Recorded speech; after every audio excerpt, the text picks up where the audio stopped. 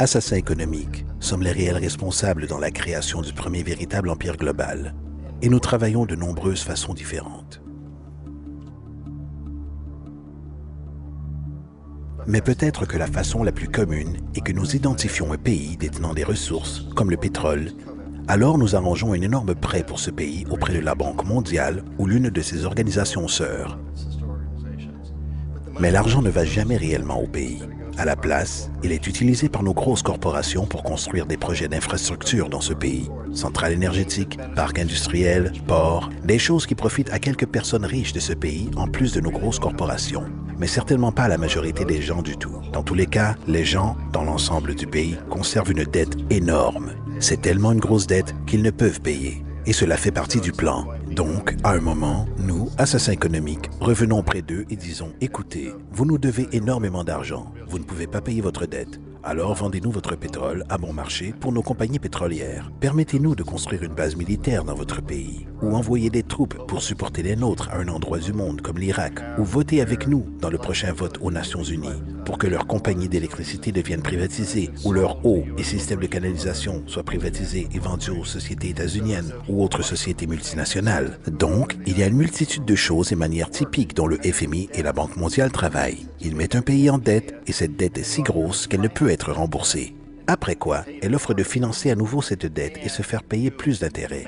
Et vous demandez ce quiproquo, que vous appelez conditionnalité, terme du FMI désignant certaines exigences ou bonne administration, ce qui signifie qu'ils doivent vendre leurs ressources, incluant plusieurs de leurs services sociaux, leur société de maintenance, leur système scolaire, parfois leur système pénal, leur système d'assurance à des sociétés étrangères. Donc c'est un double, triple, quadruple renvers dévastateur. Le besoin d'un tueur à gages économique est né au début des années 50, alors que Mossadegh venait d'être élu démocratiquement en Iran. Il était considéré comme l'espoir pour la démocratie dans le Moyen-Orient et considéré comme l'homme de l'année selon le Time Magazine. Une chose qu'il a apportée et fini par appliquer était que les compagnies pétrolières étrangères devaient payer le peuple iranien bien plus pour leur pétrole qu'elles ne le faisaient et que les Iraniens devaient profiter de leur propre pétrole. Politique étrange. Nous n'avons pas aimé cela, bien sûr. Mais nous étions anxieux de faire ce que nous faisons normalement, qui est d'envoyer les militaires. À la place, nous avons envoyé un agent de la CIA, Kermit Roosevelt, un parent de Teddy Roosevelt. Et Kermit y alla avec quelques millions de dollars. Et cela fut très, très efficace. Et dans un court laps de temps, il réussit à faire renverser Mossadegh et fit entrer le Shah d'Iran pour le remplacer, ce qui a toujours été favorable au pétrole. Et c'était véritablement efficace. Bombs overflow Tehran. Army officers shout that Mossadegh has surrendered and his regime as virtual dictator of Iran is ended. Pictures of the Shah are paraded through the streets as sentiment reverses. The Shah is welcomed home. De retour aux États-Unis, à Washington, les gens ont observé et dit « Wow, c'était facile et bon marché ». Donc, ceci a établi une nouvelle manière de manipuler des pays et de créer un empire. Le seul problème avec Roosevelt est qu'il était un agent officiel de la CIA. Et s'il s'était fait prendre, les conséquences auraient été dramatiques. Donc, très rapidement, à ce moment-là, décision fut prise d'utiliser des consultants privés pour passer l'argent depuis la Banque mondiale ou le FMI ou l'une des autres agences équivalentes ou de faire appel à des gens comme moi qui travaillons pour des sociétés privées afin que si nous étions pris, il n'y ait pas de conséquences gouvernementales.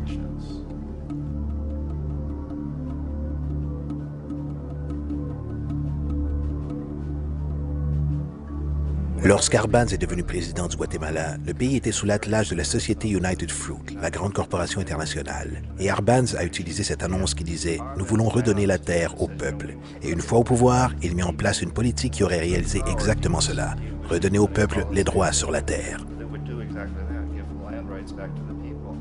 United Fruit n'ont pas vraiment apprécié. Alors ils embauchèrent une entreprise de relations publiques pour convaincre le peuple des États-Unis, les citoyens des États-Unis, la presse des États-Unis et le Congrès des États-Unis qu'Arbenz était un pantin soviétique et que si nous lui permettions de rester au pouvoir, les Soviétiques auraient un pied dans cet hémisphère. Et à cette période, il y avait une énorme peur de la terreur rouge, la terreur communiste. Donc, pour faire une histoire courte, De cette campagne de relations publiques émergea un engagement de la part de la CIA et des militaires pour destituer cet homme. Et en fait, nous l'avons fait. Nous avons envoyé des avions, des soldats, des chacals. Nous avons envoyé tout le nécessaire pour le faire sortir. Et nous l'avons sorti. Et aussitôt qu'il fut relevé de ses fonctions, le nouveau qui le remplaça rétablit tout pour les grosses corporations internationales, United Fruit incluse. L'Équateur a très longtemps été gouverné par des dictateurs pro-états-uniens, souvent relativement brutaux. Alors, il a été décidé qu'il aurait une véritable élection démocratique. Yamé Roldos concourut, et son objectif principal, disait-il, en tant que président, était de faire en sorte que les ressources de l'Équateur soient utilisées pour aider le peuple. Il gagna, de très loin, avec plus de voix que n'importe qui n'ait jamais eu en Équateur. Et il commença à appliquer ses politiques pour s'assurer que les profits du pétrole soient là pour aider le peuple. Eh bien, nous ne l'avons pas apprécié aux États-Unis. J'ai été envoyé comme l'un des assassins économiques pour changer Roldos, pour le corrompre, pour le rapprocher, pour lui faire savoir, vous savez, tu peux devenir très riche si toi et ta famille jouez selon nos règles. Mais si vous continuez à appliquer cette politique que vous avez promis, vous allez partir. Il n'a rien voulu savoir. Il a été assassiné. Aussitôt que l'avion s'écrasa, toute la zone a été bouclée. Les seules personnes autorisées étaient les militaires américains d'une base proche et quelques militaires équatoriens. Quand une investigation fut lancée, 2 témoins clés moururent dans un accident de voiture avant d'avoir une chance de témoigner. Un tas de choses très étranges se sont passées autour de l'assassinat de Yamé Roldos. Je n'avais, comme la plupart des gens qui ont observé le cas, absolument aucun doute qu'il s'agissait d'un assassinat. Et bien sûr, dans ma position d'assassin économique, je m'attendais toujours à ce que quelque chose arrive à Yamé. Que ce soit un coup d'État ou un assassinat, je n'étais pas sûr, car il ne se laissait pas corrompre et il ne se serait jamais permis d'être corrompu de la manière que nous le voulions.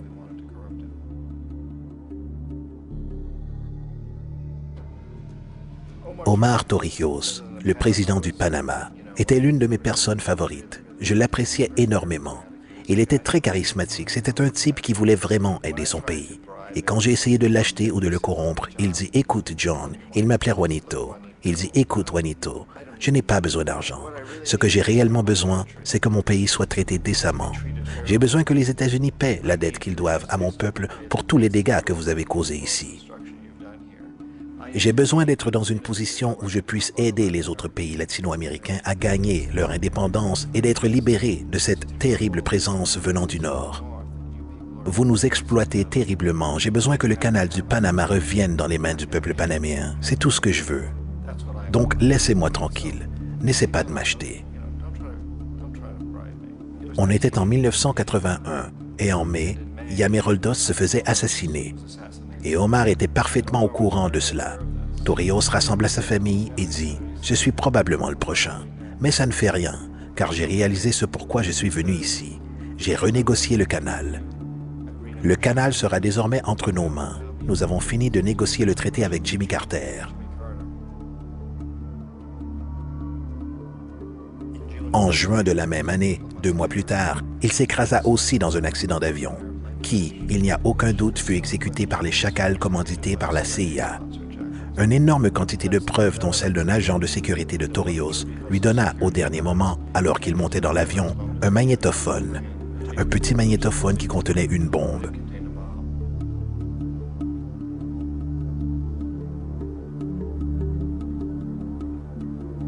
C'est intéressant pour moi à quel point ce système a continué presque de la même manière pendant des années et des années, hormis que les assassins économiques soient devenus de plus en plus au point. Puis, nous avons fait face à très récemment ce qui s'est passé au Venezuela. En 1998, Hugo Chavez se fait élire président, succédant à une longue lignée de présidents qui ont été très corrompus et qui ont littéralement détruit l'économie du pays. Et Chavez fut élu au milieu de tout cela. Chavez se dressa face aux États-Unis et il le fit principalement en demandant que le pétrole vénézuélien soit utilisé pour aider le peuple vénézuélien. Eh bien, nous n'avons pas aimé cela aux États-Unis. Alors, en 2002, un coup d'État fut arrangé. Il n'y a pas de doute pour moi ni pour la plupart des gens que la CIA était derrière ce coup.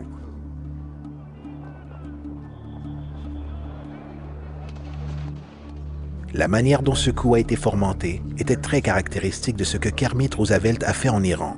De payer des gens pour sortir dans la rue, pour troubler, pour protester, pour dire que Chavez était très impopulaire. Vous savez, si vous faites appel à quelques milliers de personnes pour faire cela, la télévision peut donner l'impression qu'il s'agit de tout le pays et les choses commencent à bourgeonner. Excepté que dans le cas de Chavez, il a été assez intelligent et le peuple était si fortement pour lui qu'ils l'ont surmonté. Ce qui fut un moment phénoménal dans l'histoire de l'Amérique latine.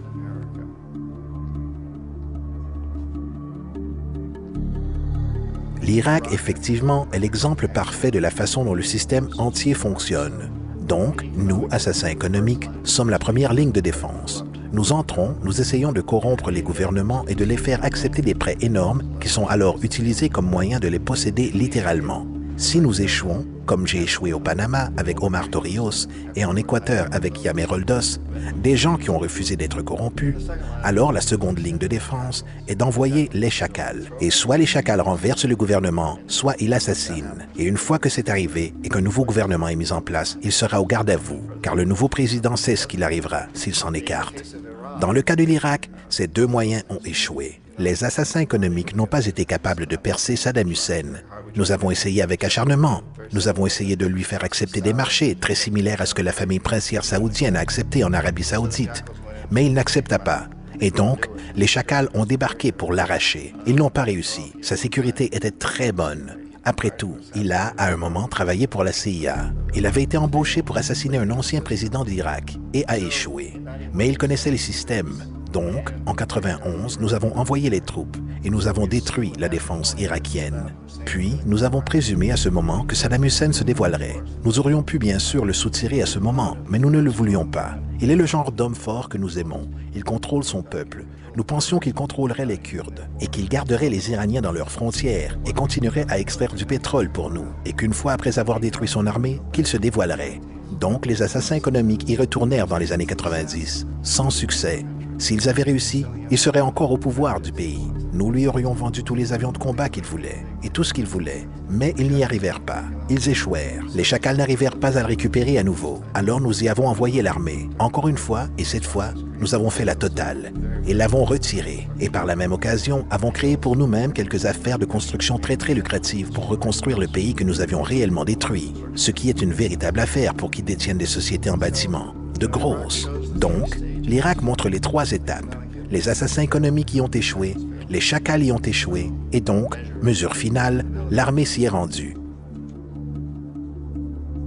Et c'est de cette manière que nous avons réellement construit un empire. Mais nous l'avons fait subtilement. C'est clandestin. Tous les empires du passé ont été érigés par l'armée, et tout le monde savait qu'ils étaient en train de le construire. Les Anglais savaient qu'ils étaient en train de les construire, les Français, les Allemands, les Grecs, et ils en étaient fiers. Ils avaient toujours quelques excuses telles que propager la civilisation, propager une religion, quelque chose comme cela. Mais ils savaient qu'ils étaient en train de le faire. Pas nous. La majorité de la population aux États-Unis n'a aucune idée que nous vivons pour le bénéfice de l'empire clandestin. Qu'aujourd'hui, il y a plus d'esclavage dans le monde que jamais auparavant. Donc vous devez vous poser la question. Eh bien, si c'est un empire, alors qui est l'empereur? Manifestement, nos présidents des États-Unis ne sont pas des empereurs. Un empereur est quelqu'un qui n'est pas élu, ne remplit pas de mandat et ne rend de compte à personne essentiellement. Donc, vous ne pouvez pas étiqueter nos présidents de cette façon. Mais nous avons ce que je considère être l'équivalent d'un empereur. Et c'est ce que j'appelle la corporatocratie. La corporatocratie est ce groupe d'individus qui administrent nos plus grosses corporations, et ils agissent réellement comme les empereurs de cet empire. Ils contrôlent nos médias, soit par la possession directe ou par la publicité. Ils contrôlent la plupart de nos politiciens car ils financent leurs campagnes, soit au travers de corporations ou des contributions personnelles qui émergent des corporations. Ils ne sont pas élus, ils ne remplissent pas un mandat, ils ne rendent de compte à personne. Et au sommet de cette corporatocratie, vous ne pouvez distinguer si la personne travaille pour une société privée ou le gouvernement, car ils font toujours un mouvement de va-et-vient.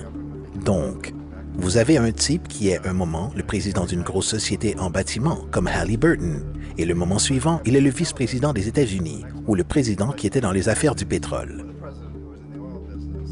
Et c'est vrai, que vous ayez des démocrates ou des républicains dans l'administration, vous avez ce mouvement de va-et-vient, et dans un sens, notre gouvernement est invisible la plupart du temps, et ses stratégies sont exécutées par nos corporations à un niveau ou à un autre.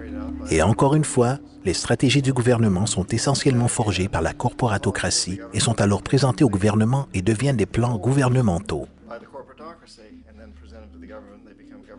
Il y a une incroyable relation d'intimité. Ce n'est pas une théorie du complot. Ces gens n'ont pas à se regrouper et comploter pour faire des choses. Ils travaillent tous essentiellement avec un principe fondamental, qui est de maximiser les profits sans se soucier du coût social et environnemental.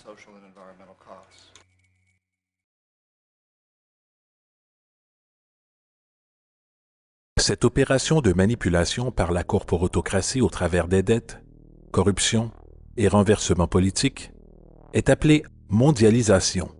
Tout comme la Réserve fédérale garde le public américain dans une position de servitude au travers de dettes, de l'inflation et des intérêts, la Banque mondiale et le FMI exécutent ce rôle à l'échelle mondiale. L'arnaque de base est simple. Mettez un pays en dette, vous divisez le peuple en querelle ou en corrompant le chef de ce pays, qui impose des conditionnalités ou une politique d'ajustement structurel, souvent constituée de ceci. La dévaluation monétaire. Lorsque la valeur d'une monnaie chute, il en est de même pour tout ce qui est évalué par elle, ce qui rend les ressources locales disponibles pour les pays prédateurs à une fraction de leur valeur. De larges coupes dans les programmes sociaux, incluant en général l'éducation et la santé, compromettant le bien-être et l'intégrité d'une société, laissant le public vulnérable à l'exploitation. Privatisation des entreprises publiques signifie que les systèmes socialement importants peuvent être achetés et contrôlés par des corporations étrangères pour le profit.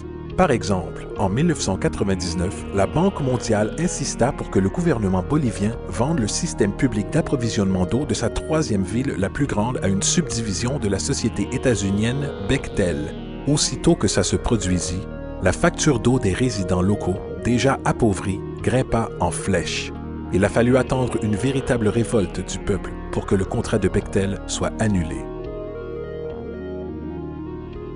Ensuite, il y a la libération des échanges, ou l'ouverture de l'économie en retirant toutes les restrictions sur les échanges extérieurs, ce qui permet un certain nombre de réalisations économiques abusives, telles que l'importation massive de produits par les sociétés transnationales, disloquant la production indigène et ruinant l'économie locale.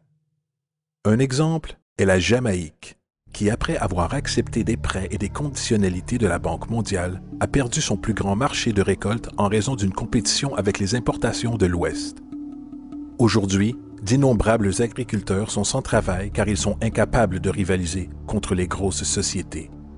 Une autre variation est la création de nombreux apparemment inaperçus, non régulés, inhumaines fabriques de vêtements qui profitent d'une privation économique imposée. De plus, en raison d'une production non régulée, la destruction environnementale est perpétuelle, étant donné que les ressources d'un pays sont souvent exploitées dans l'indifférence des corporations, tout en générant délibérément de larges quantités de polluants. La plus grande poursuite judiciaire environnementale dans l'histoire du monde aujourd'hui est menée par 30 000 Équatoriens et Amazoniens contre Texaco, qui est maintenant détenu par Chevron. Donc c'est contre Chevron, mais pour des activités menées par Texaco. Ils ont estimé que Exxon Valdez a déversé 18 fois plus sur la côte de l'Alaska. Dans le cas de l'Équateur, ce n'était pas un accident. La compagnie pétrolière l'a fait intentionnellement. Ils savaient qu'ils allaient faire des économies plutôt que de prendre des dispositions appropriées. De plus, un simple regard sur la performance de la Banque mondiale révèle que l'institution qui proclame publiquement d'aider les pays pauvres à se développer et d'atténuer la pauvreté n'a rien fait d'autre que d'augmenter la marge entre la pauvreté et la richesse, alors que les profits des entreprises s'envolent. En 1960, la différence de revenus entre le 5e des gens des pays les plus riches et le 5e des pays les plus pauvres était de 30 contre 1. En 1998, il était de 74 contre 1. Alors que le PNB mondial augmentait de 40% entre 1970 et 1985, la pauvreté augmentait de 17%. Alors qu'entre 1985 et 2000, le nombre de gens vivant avec moins de $1 par jour augmenta de 18%. Même que le Joint Economic Committee du Congrès américain admet qu'un faible 40% des projets de la Banque mondiale est une réussite. À la fin des années 60, la Banque mondiale est intervenue en Équateur avec de larges prêts. Pendant les 30 années qui suivirent, la pauvreté s'accrut de 50% à 70%. Le sous-emploi ou le chômage s'accrut de 15% à 70%. La dette publique augmenta de 240 millions à 16 milliards de dollars, alors que la part de ressources allouées aux pauvres passa de 20% à 6%. En fait, depuis l'an 2000, 50% du budget national de l'Équateur a été affecté au paiement de ses dettes. Il est important de comprendre que la Banque mondiale est en réalité une banque américaine supportant les intérêts américains, car les États-Unis détiennent un veto sur les décisions, étant donné qu'elles représentent le plus gros fournisseur de capital. Et d'où vient cet argent? Vous l'avez deviné. Il est créé de toutes pièces par le système bancaire de réserve fractionnaire. Des 100 meilleures économies mondiales basées sur le produit intérieur brut annuel, 51 sont des corporations et 47 d'entre elles sont basées aux États-Unis. Walmart, General Motors et Exxon sont plus puissantes économiquement que l'Arabie saoudite, la Pologne, la Norvège, l'Afrique du Sud, la Finlande, l'Indonésie et beaucoup d'autres. Et comme les barrières économiques sont abattues, les monnaies sont lancées et manipulées dans des marchés instables, l'économie d'État se retourne en faveur des compétitions dans le capitalisme mondial. L'empire s'agrandit. You get up on your little 21-inch screen and howl about America and democracy. There is no America. There is no democracy. There is only IBM and ITT and AT&T and DuPont, Dow, Union Carbide, and Exxon. Those are the nations of the world today. What do you think the Russians talk about in their councils of state? Karl Marx? They get out their linear programming charts, statistical decision theories, Minimax solutions, and compute the price-cost probabilities of their transactions and investments, just like we do. We no longer live in a world of nations and ideologies, Mr. Beale. The world is a college of corporations, inexorably determined by the immutable bylaws of business. The world is a business, Mr. Beale.